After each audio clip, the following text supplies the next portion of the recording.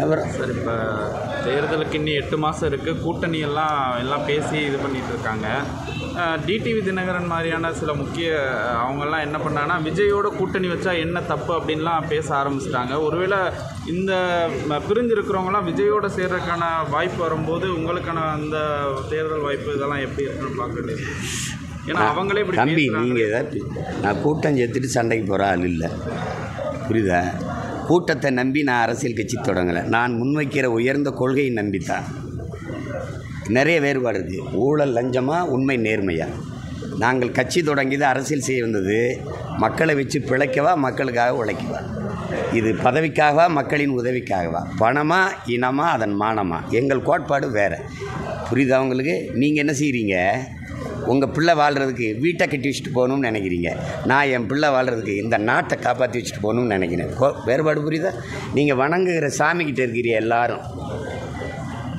இப்போ குறிப்பாக பிஜேபி போன்ற கட்சியெல்லாம் சாமிக்கிட்டே இருக்கும். நான் வாழுகிற பூமிக்கு வரணும்னு நினைக்கிறேன், அதை காப்பாற்றணும்னு நினைக்கிறேன். ஏன்னா அந்த சாமியும் சேர்த்து என் பூமி தான் காப்பாற்றணும், புரிஞ்சுக்கிறோங்க. அதனால் நாங்கள் முன்வைக்கிற கொள்கை கோட்பாடை நம்பி தான் களத்தில் நிற்கிறோமே வெளியே கூட்டத்தை நம்பி இல்லை. தலைவர்களாக சேர்ந்து கூட்டம் பண்ணிட்டா தத்துவம் என்ன? முன்வைக்க போகிற தத்துவம் என்ன? இந்த நாட்டில் இருக்கிற இது எல்லா பிரச்சனைக்கும் பொறுப்பு இருக்க வேண்டிய கட்சிகள் எதாவது சொல்லுங்கள் தம்பி. இத்தனை போராட்டம் நடக்குதுல, ஒரு பிரச்சனை இருக்குதுல்ல, இதுக்கு இத்தனை பிரச்சனைகளுக்கும் பொறுப்பு இருக்க வேண்டிய கட்சி ஆட்சிகள் எதாவது? ஒன்று காங்கிரஸ், பாரதிய ஜனதா, திமுக, அதிமுக. நாளை தாண்டி பிரச்சனை வந்துச்சா எனக்கு? அப்புறம் இந்த கட்சிகளோடவே போய் சேர்ந்து நீ என்னத்தை செய்ய போகிற? அவன் 100 ரூபாயில் 60 ரூபா கமிஷன் வாங்குவான், நீ 40 ரூபா வாங்குவான். இதில் என்ன இருக்குது? அவன் விஷம் கொடுத்து கொள்வான், நீ கத்திக்கிட்ட குத்தி கொள்வேன், ஆனால் கொன்றுவேன். வேறு ஏதாவது மாறுதல்? அந்த பரப்புரை பயணத்துக்கு கடுமையான நிபந்தனைகள்லாம் விதிக்கிறாங்க. ராமநாதபுரத்தில் ஹைட்ரோ கார்பன் தமிழக அரசு அனுமதி அளிக்கிறதா ஒரு தகவல். அது முதவே 17 வருஷத்துக்கு முன்னாடியே குழாயை வச்சுருந்துருக்காங்க. அப்போ நமக்கு தெரியல, நம்ம வீட்டு வாசலில் குழாய் போகுது, அது மீத்தேன் ஹைட்ரோ கார்பன். அப்போ நமக்கு தெரியல, புரியுதுன்னு நினைக்கிறவங்க. கடல் இருந்தும் கடற்கரைக்கு பக்கத்தில் 10 அடியில் தண்ணி வந்தது. இப்போவும் தண்ணி வருது, ஆனால் குடிக்கிற மாதிரி இல்லை, பயன்படுத்துகிற மாதிரி இல்லை. அதை போராடி தான் தடுப்போம். இப்போ கரையில் எடுத்து முடிச்சாச்சு, இப்போ கடலுக்குள்ளே போகிறான். கடைசியாக ஒன்று, இந்த கடுமையான நிபந்தனைகள் பரப்புரைக்கு போகிற தலைவர்களுக்கு கடுமையான நிபந்தனைகள் காவல்துறை விதிக்கிறதா ஒரு குற்றச்சாட்டு எழுந்திருக்கு சார். இவ்வளோ நிமிஷம் தான் பேசணும், 25 நிமிஷம் தான் பேசணும், இப்படியெல்லாம் விதிக்கிறது சரிதானா?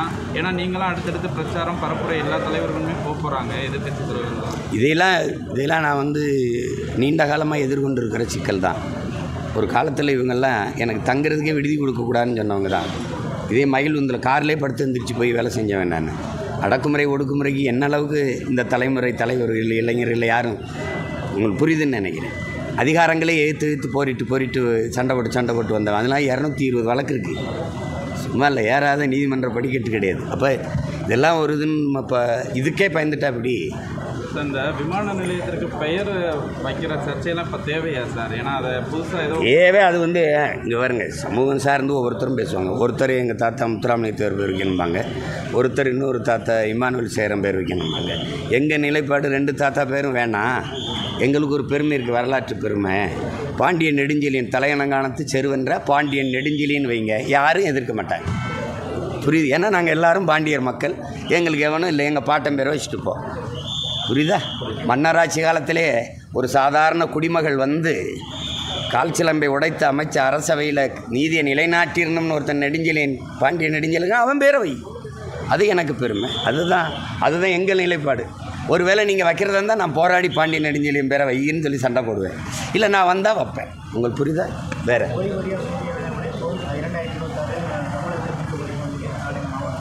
சூரியன் ஓய்வு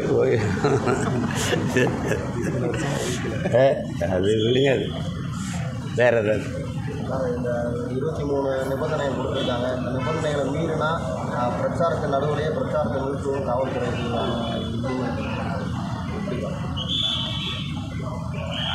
அதிகாரம்னு வரும்போது அது அடக்குமுறைகள் இருக்கத்தான் செய்யும். அது கேட்டால் நாளைக்கு நீங்கள் ஏதாவது சட்டம் ஒழுங்கு பிரச்சனைனா நீங்கள் பொறுப்பேற்பீங்களான்னு உங்களை கேட்கும், என்னை கேட்கும். அதனால் இதெல்லாம் இருக்கிறதான். இப்போ தானே தம்பி வந்திருக்கிறாரு, நான் 15 வருஷம் ஆச்சுல்ல, அப்போ நான் எவ்வளோ தாங்கியிருப்பேன்? சார் அந்த திருச்சி மாநாடு சொன்னீங்கல்ல சார், அது பிரதானமாக என்ன நோக்கத்தில் தேர்தல் மாநாடாக நடக்குமா இல்லை என்ன மாநாடாக நடக்குமா சார் அந்த திருச்சி? இல்லை, அது மாற்றத்தை விரும்பும் மக்களின் மாநாடு அப்படி தான் நடக்குது. இது இனத்தின் திருவிழா, எல்லோரும் கூடுவோம்னு. அதை அந்த நேரத்தில் சொல்லுவோம் பாருங்கள். நீங்கள் கூட்டம் வந்துட்டால் அது பெரிய இது இருக்குன்னு நினைக்கிறீங்களா? ஒரு தடவை என் கூட்டத்தையும் நீங்கள் பார்க்கணும்ல. அது நேரம் உறுதிப்படுத்திடுறாங்க. பிரச்சாரம் தொடங்கி மக்களை எப்போ சந்திக்கிறீங்க? 26 தேர்தலுக்கு இப்போல்லாம் நான் என்ன செஞ்சுக்கிட்டு இருக்கேன்னு நினைக்கிறேன். தேர்தலுக்கும் பிரச்சாரம் தேர்தலுக்கும் தேர்தல் அறிவித்த பிறகு பசிக்கும் போது தான் சாப்பிடணும். சோறு இருக்குங்கிறதுக்காக சாப்பிட்டே இருக்காது. அடுத்து மலைகளின் மாநாடு, மலை வளமே மண் வளம்னு தருமபுரி கிருஷ்ணகிரியில். அதுக்கப்புறம் கடலம்மா மாநாடு தூத்துக்குடி. அப்புறம் தண்ணீரின் மாநாடு தஞ்சாவூர். 50 ஆற்றல் இல்லாது புரியுதுன்னு நினைக்கிறேன். நிலம், நெருப்பு, நீர், வளி, விசும்பு, அதாவது காற்று, ஆகாயம். இது இல்லாத எந்த உயிரும் இல்லை. நான் இல்லை, நீங்கள் இல்லை, பூமியில் எந்த உயிரும் இல்லை. அதான் 50 ஆற்றலுங்கிறோம் நாங்கள். அவங்க பஞ்சபூதங்கிறாங்க. அதையெல்லாம் அழிய விட்டுட்டு அப்புறம் ஐயோ நாள் வராது, அம்மா நாள் வராது. அப்போ நாங்கள் மனிதர்களுக்கு மட்டுமான அரசியலை பார்க்கல. அரசியல் எல்லா உயிர்களுக்குமானதுன்னு நினைக்கிறோம். அப்போ அதனால் அதெல்லாம் வாழ்ந்தால் தான் நானும் நீங்களும் வாழ முடியுங்கிற அறிவியல் உயிரியல் உண்மையை உணர்ந்ததுனால இந்த வேலையை செய்கிறேன். நல்லது.